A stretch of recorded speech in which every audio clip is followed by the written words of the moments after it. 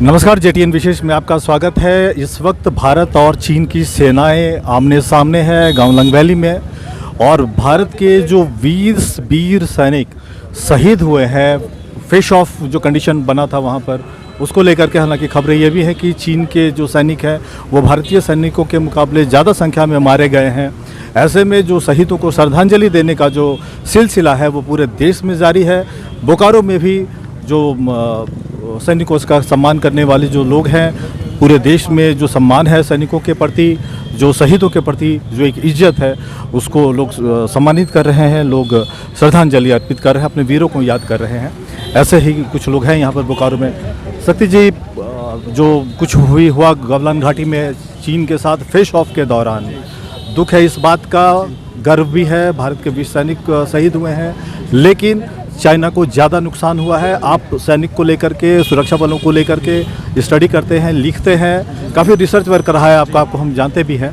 शक्ति, क्या कहना चाहेंगे इस पूरे क्लैश को लेकर? सबसे पहले आपका चैनल के दर्शकों को मेरा नमस्कार और जय हिंद।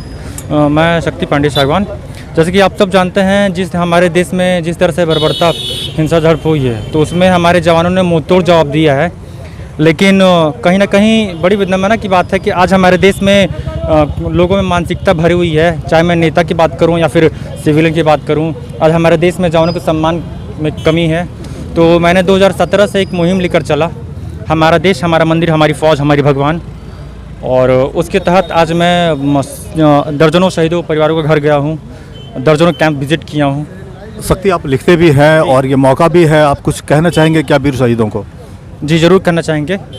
सुन लो चाइना और पाक, तू चाहे जितनी षड्यंत्र रच ले भारत के खिलाफ, दुनिया में तेरी बदनामी और हमें फ़ायदा होगा। तेरे हर घर से हाफिज सही, तुम्हारा हर हिंदुस्तान के घर से भगत सिंह वाली फ़ौज पैदा होगा। अपने फ़ौजियों के लिए बोलना चाहता हूँ, जंग जब जब छिड़ी सरहद पर, तो मेरा पूरा एक पैगाम कर देना, अपने दुश्मनों के घर में घुसकर, दुश्मनों को मारकर, दुश्मनों के ज़मीन पे दुश्मन के लहू से माँ तुझे सलाम लिख देना।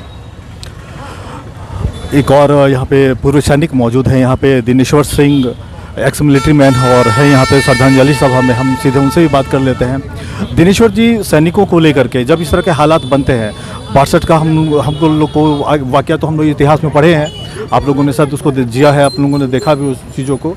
जब इस तरह का सिचुएशन आता है तो जो राजनीतिक दल हैं, जो पॉलिटिकल पार्टीज़ हैं, उनकी तरफ से एक सैनिक क्या उम्मीद करता है? देखिए, सीमा पर चाहे जो भी खड़ा हो, उसको माकूल जवाब देने के लिए हम सैनिक सफिशिएंट हैं। जब भी कभी ऐसी बात होती है तो हमें बस इतना ही हमारे देश, हमारी सरकार और हमारी जनता से एक उम्मीद रहती है कि हमारे बढ़े हुए कदमों को आपका समर्थन मिले। हम यही चाहते हैं कि एक ऐसा मुहिम अपने देश में चले कि अगर सरकार अपने स्तर पर कोई निर्णय ले जो किसी देश के विरुद्ध जाए, तो लोगों का समर्थन उस सरकार को हो, और सेना अगर कोई कदम अपनी बढ़ाती है मातृभूमि की रक्षा के लिए दुश्मनों के सीमा में, तो हमारे सरकार और हमारी जनता का सहयोग। दिनेश्वर जी, एक और सवाल है हमारे मन में, वो ये है, मैं बिना नाम लिए मैं बात करना चाह रहा हूँ, वो ये है कि बहुत सारे ऐसे राजनेता हैं इस वक्त भारत के अंदर जो सरकार से सीधे सोशल मीडिया प्लेटफॉर्म से सवाल कर रहे हैं, रक्षा को लेकर के, तैयारियों को लेकर के कुछ आरोप भी लगा रहे हैं। तो ये खुला जो सवाल है राजनीतिक दलों का या नेताओं का, ये सेना के मोराल पे असर डालता है क्या? देखिए, सैनिक भी आप और हम के बीच से ही निकलकर सरहद पर जाता है, और सैनिक जब बनता है उसके पहले वो इसी समाज की जो ज्ञान है, उस ज्ञान को लेकर के चलता है। उसे पता है कि कौन लोग देश की सोच के साथ है और कौन लोग देश की सोच के विपरीत हैं। तो सेना के मनोबल पर ऐसे लोगों के बहुत ज़्यादा बातों का कोई खास प्रभाव नहीं पड़ता है। सेना का अपना एक सोच है, सेना अपनी सोच के हिसाब से चलती है, वहाँ का मोमेंटम अलग होता है। हाँ, हम इतना जरूर चाहते हैं कि जिस तरह के कार्यक्रम अभी हो रहे हैं देश के अंदर में, ये ऐसे कार्यक्रम अगर होते रहें तो सैनिकों का मनोबल ऊंचा होता है, क्योंकि वो समझते हैं कि जो हम कर रहे हैं, हमारे पीछे हमारे देश की जनता और सरकार है। हम बात कर रहे थे पॉलिटिकल ऑब्जेक्टिव की लेके, लेकिन इस पूरे कॉन्फ्लिक्ट के दौरान, जो संघर्ष के दौरान देश भर के अंदर जो एक माहौल बना है, एंटी चाइना सेंटीमेंट जो डेवलप हुआ है, लोग आह्वान कर रहे हैं, बहुत सारी संगठनें हैं आह्वान कर रही हैं कि चाइनीज़ सामान का बहिष्कार होना चाहिए। जो चीन को जो आर्थिक समृद्धि भारत के उपभोक्ताओं के द्वारा दी जा रही है, उसको बंद करना चाहिए। इसी मुद्दे पर बात करने के लिए मेरे साथ एक सामाजिक कार्यकर्ता हैं प्रगति शंकर जी। प्रगति जी, आपका स्वागत जेटीएन में। आपको लग रहा है कि जो इकोनॉमिकल बैकअप हम लोग देते हैं as a consumer Chinese product को लेकर के, वो बंद होना चाहिए, रेक्टिफाई होना चाहिए? हाँ, ज़रूर बंद होना चाहिए। और ये मुहिम आज चाइना के साथ युद्ध हुआ उसमें नहीं, ये बहुत पहले से जब मोदी सरकार आई है तब से ये प्रयास हो रहा है। हम दीपावली में भी चीनी लाइट्स का सब बहिष्कार की बातें करें, लेकिन कितने लोग कर पाए हैं?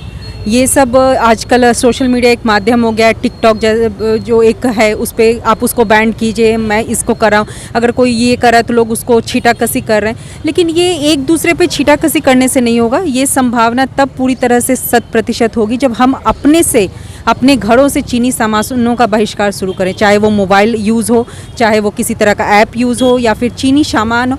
बहुत सारी अब चीनी सामान हमारे अंदर घर तक घुस चुके हैं, वो चाहे किचन में हो, हमारे डेली यूज़ का सामान हो। वो तभी हो पाएगा जब, हाँ, वो तभी हो पाएगा जब हम अपनी सुविधाओं को, अपनी भौतिकतावादी सुविधाओं को थोड़ा अंकुश लगाएं, थोड़ा अपने स्वदेशी चीज़ों पर भरोसा जताएं। ठीक है, थोड़ा सा लेट होगा, थोड़ा सा समय लगेगा, लेकिन हमारी चीज़ें, हमारा समय रहेगा तो हम उस पर अपना ज़्यादा। प्रगति जी, एक और सवाल है हमारा, वो ये है कि जो देश के व्यापारी हैं, वो देश के व्यापारी अभी आमतौर पर ये ट्रेडर की तरह काम करते हैं, मैन्युफैक्चरर की तरह काम करते नहीं हैं।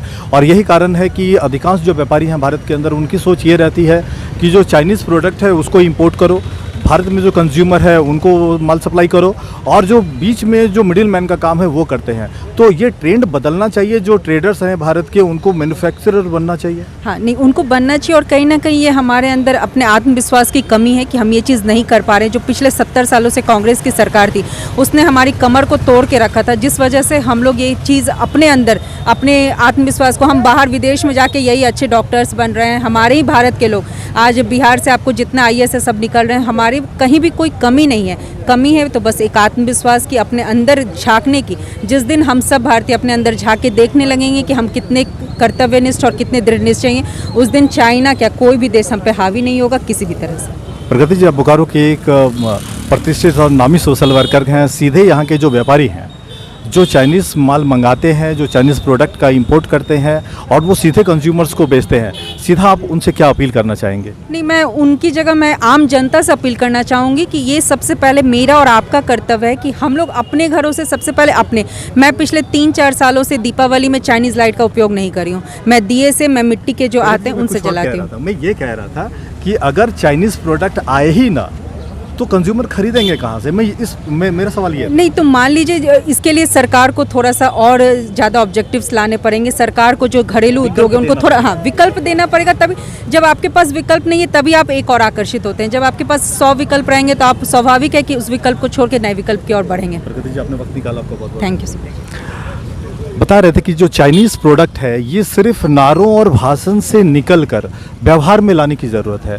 जो कंज्यूमर है, जो सोशल मीडिया पे, टिकटॉक पे जो वीडियोस बनाते हैं कि चाइनीज़ प्रोडक्ट का बहिष्कार होना चाहिए, ऐसे सामानों का इस्तेमाल नहीं करना चाहिए, ऐसे लोगों के लिए भी संदेश है कि आपको नारों से निकलकर और भाषण से निकल के आपको प्रैक्टिकल होना होगा। सबसे पहले समय लगेगा आत्मनिर्भर बनने में। जो इंडियन प्रोडक्ट्स हैं, जो भारत के बने हुए सामान हैं, उनको यूज़ करना है। साथ ही एक संदेश व्यापारियों के लिए भी है, जो इंपोर्टर्स हैं, जो चाइना से माल मंगा रहे हैं और एज ए मिडिल मैन काम कर रहे हैं भारत में, उनके लिए भी एक संदेश है कि वो ट्रेडर ना बने, वो कंज्यूमर को सीधा भारत का माल मुहैया करवाएं और वो प्रोड्यूसर बने, वो मैन्युफैक्चरर बने। तो ही जाकर के आत्मनिर्भर भारत का और एंटी चाइना कैंपेन का सार्थकता भी नज़र आएगा।